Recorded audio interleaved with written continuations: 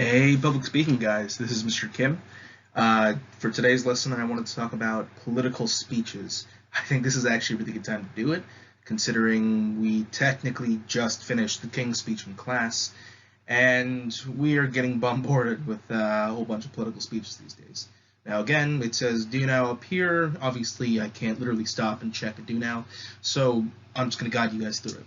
As far as do nows go, the question here is, do you think it's easier to write a speech you aren't delivering or to deliver a speech you didn't write? So we've had similar do now questions like this in the past. I think it was a line along the lines of, for interviews, would you rather come up with interview questions, or would you rather ask questions that you didn't write? This is similar enough that I can flash back to that, but at the same time, it is different. It's distinct. Obviously, questions for interviews imply that there is some sort of back and forth going on. There's a collaborative, collective conversation. But as far as speeches go, this is a different ballpark to the degree that it merits some further discussion. As far as speeches go, a lot of people struggle to write a speech. Some people really like making things up on the fly. I definitely have seen a couple of speeches in class from last semester, maybe this semester, I'm not entirely sure, but definitely last semester, where I could tell the student was coming up with it on the fly. They were doing a pretty good job of it, I won't lie, but you know, it was relatively improvised. Now, let's be really clear for political speeches. I would say 99.9% of the time, politicians are definitely giving speeches that they prepared in some way. But the question again here is, did they write it, or did someone who wrote their speech giving it to them? So generally speaking, politicians do work very closely with writers. Whether it is the writer outright making the majority of the speech for them, that might be one thing. Generally speaking, there is some sort of communication between the politician and the writer. It's a collaborative process.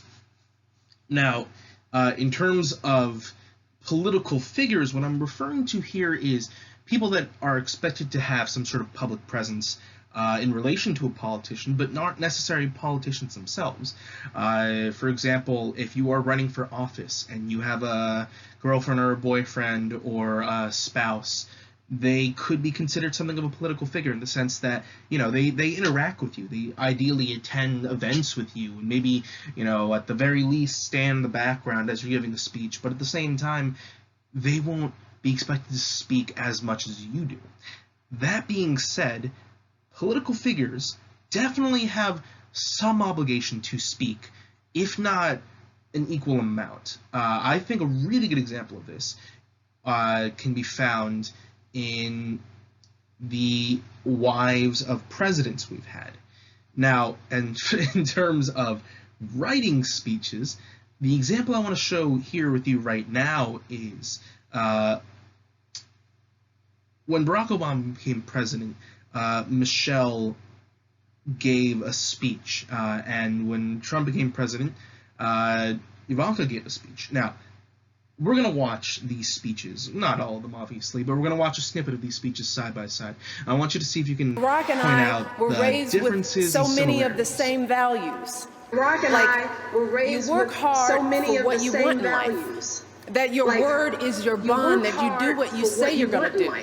My parents impressed on me the values that you work hard for what you want in life. That your word is your bond, and you do what you say and keep your promise. That you treat people with dignity and respect, even if you don't know them, and even if you don't agree with them. That you treat people with respect. They taught and showed me values and morals in their daily life. That is a lesson that I continue to pass along to our son. And we need to pass those lessons on to the many generations to follow.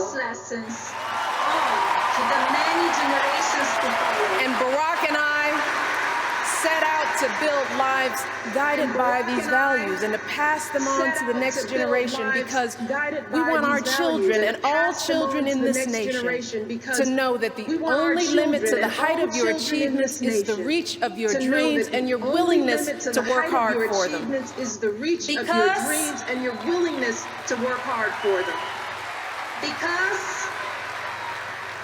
Because we want our children in this nation to know that the only limit to your achievements is the strength of your dreams and your willingness to work for them.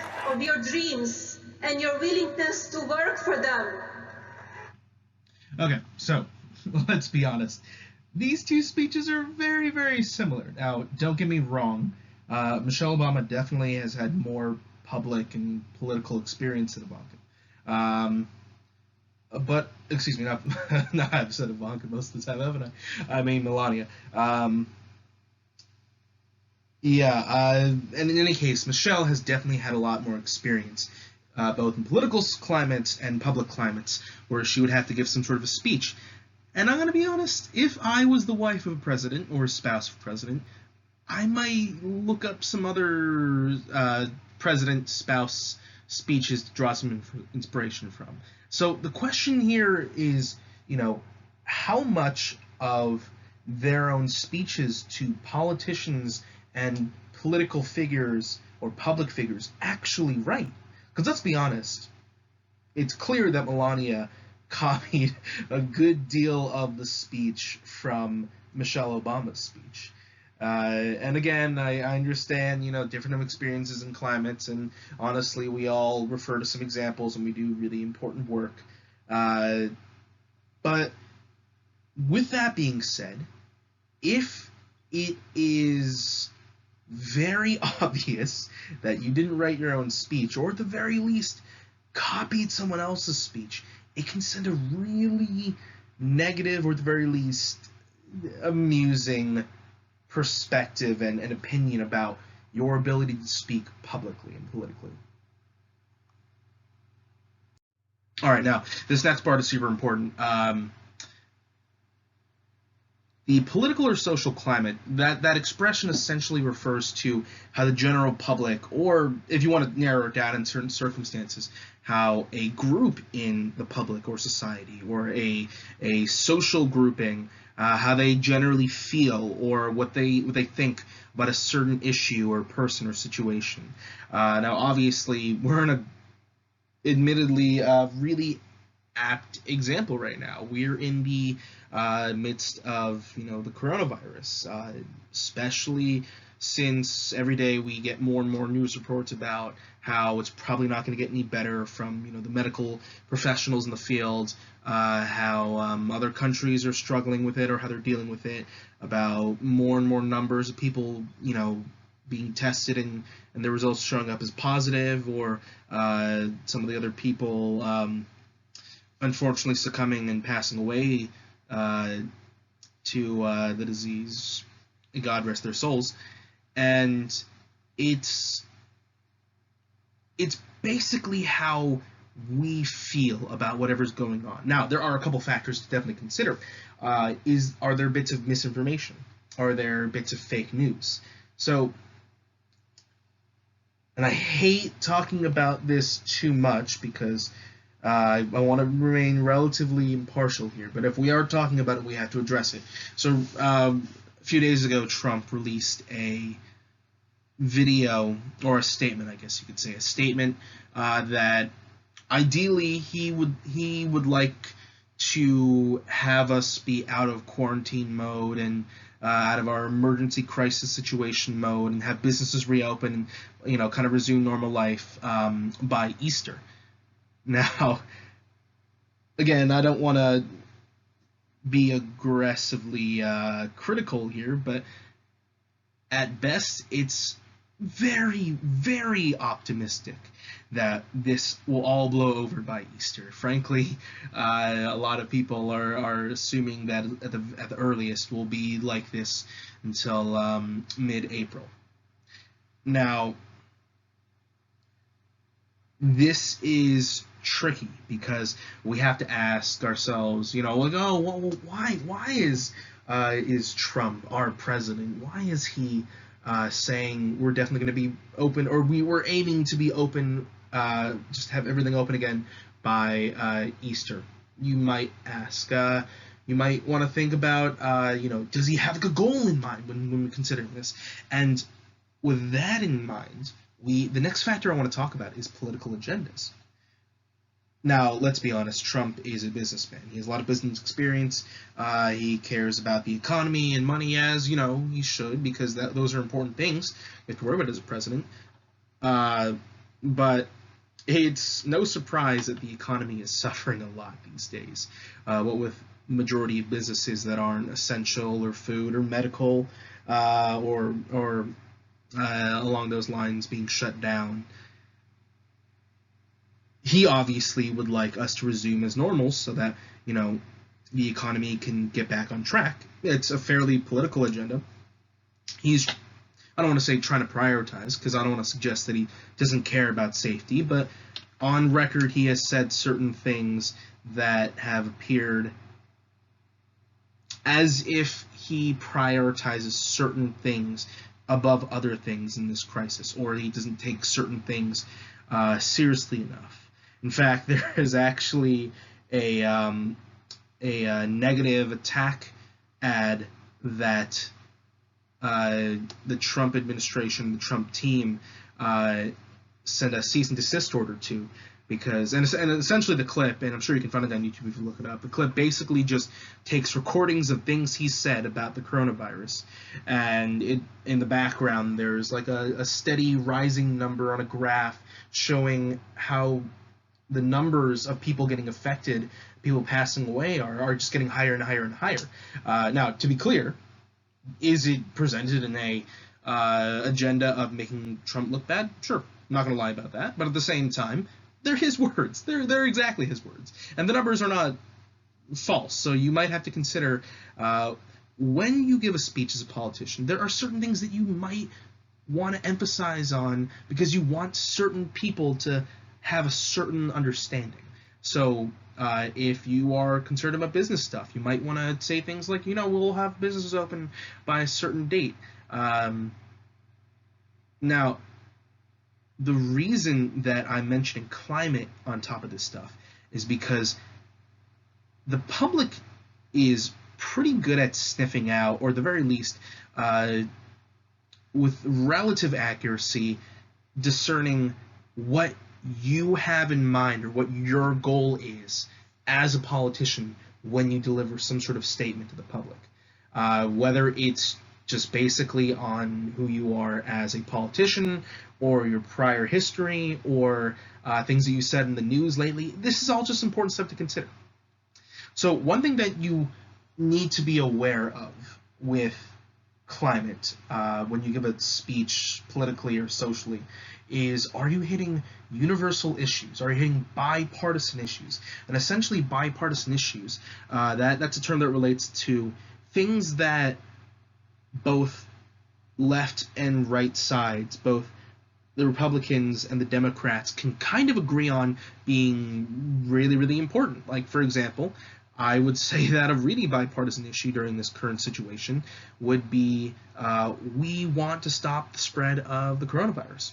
I don't think anyone says, no, let's keep the coronavirus going, for another year or two. That's just going to be healthy for the whole... No one wants that. Everyone would agree that they want the coronavirus to stop spreading. People would agree that the economy is important. Now, if we're talking about what to prioritize, some people might disagree with that, but no one's going to come out and say, oh, let's not worry about these old people. Who cares if they die? That's horrible. That's something that's aggressively bipartisan to look at and say, that's just horrible. You can't have that. So these are things to consider when you are dealing with social climates. Okay, so for this portion, I want to talk about politicians and their writers very, very specifically. Now, let's be clear. A politician and a politician's writer can have a great relationship with each other, but at the end of the day, there is a very clear-cut setting for their relationship and their dynamic.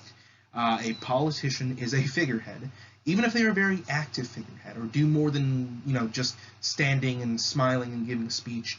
And the writer tries to present them in such a way that they look like a desirable candidate or a calming influence, whatever you want to achieve as a public figure with a speech. Now, to give you some sort of visual description, I drew this for you guys all to see. I don't know if you can see it. I'm going to bring it up to you guys a little closer here. All right. Now, you'll have to excuse me because doing this is really complicated on a webcam. But so here, we've got our public figure, okay? If we take a look, and please be kind because this took me way too long on a little whiteboard, he's got a suit on, he's got a big smile, nice hair, he looks young and strong, he's a dashing guy. This is someone that makes you ideally feel confident, all right? Now let's look at the writer over here for a second, all right? This writer is small and scrimpy, and he's drawn in a stick figure, and I'm going to be honest, that's not accidental. I spent maybe 10 minutes drawing this dude over here. Yep. And then I spent maybe 3 minutes, heck, maybe even 2 minutes drawing Mr. Stick Figure writer over here in the background. Now, again, please don't misunderstand.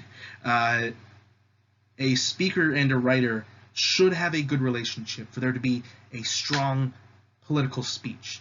Because obviously, a politician, when they're giving a speech, they want to seem authentic. They want to seem like it's coming from their heart, like it's something that they actually think and care about. So at the very least, a politician will generally give notes to a writer. They will generally say, hey, I want to make sure I talk about this, this, and this, or I have some ideas about this, this, and this. At its greatest, generally speaking, a politician will have a large impact and role and amount to do for writing their own speech. Now, I don't think there are too many politicians these days that will just write speeches on their own without any input from a writer or anyone proofreading it. It's pretty much standard.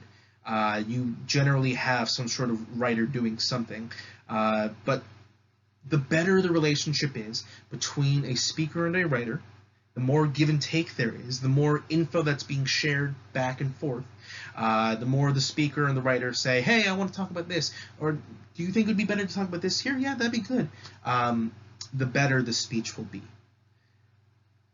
Now, we talked about this very briefly when we were watching the King's Speech in class, but sometimes you can write, how do I put this? You can write cues into a speech or a transcript to help you remember to do something, or to make sure that you, for example, pause in certain locations, or you have an action or gesture.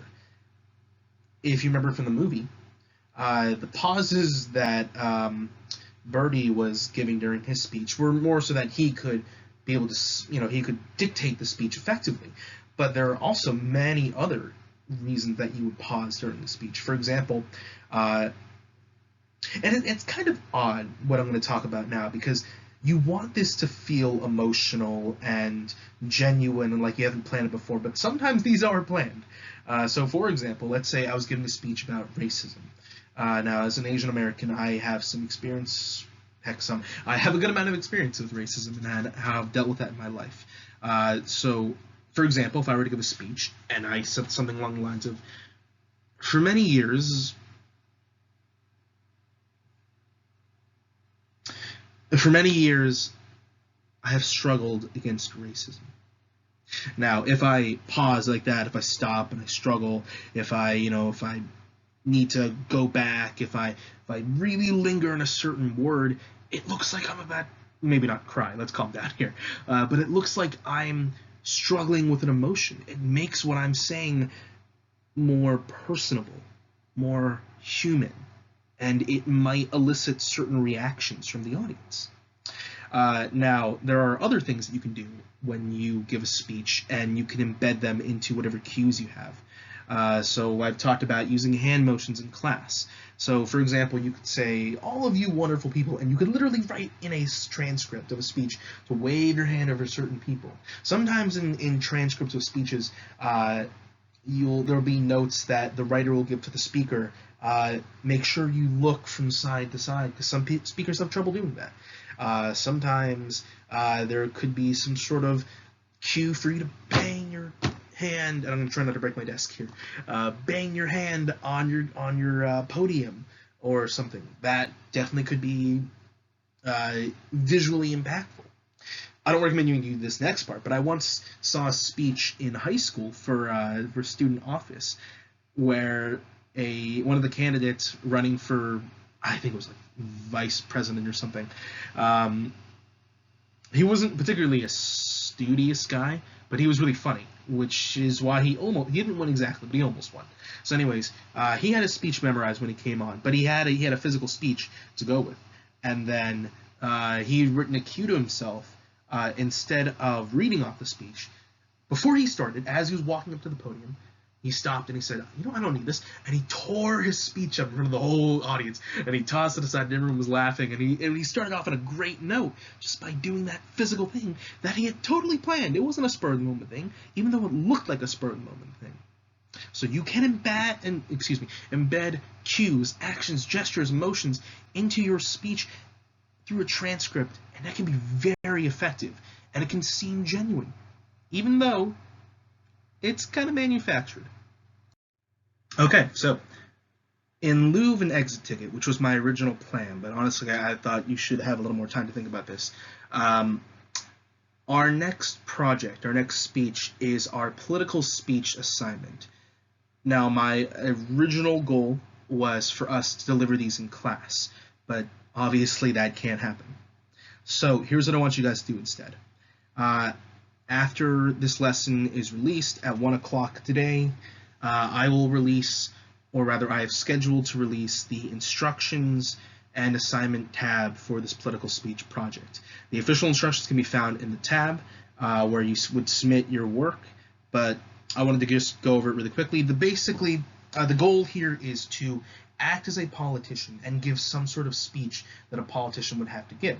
Now, you can choose whatever you want, provided it is a political context speech, but seeing as we are so embedded in a very interesting and frankly once in a generation circumstance as a country, as a nation, I think it's a really good idea to give a speech about the coronavirus. You could pretend to be the president talking about a new strain or update, or you could respond to certain things, or you could be a mayor talking about new ordinances you have to pass regarding people maybe not following curfew laws.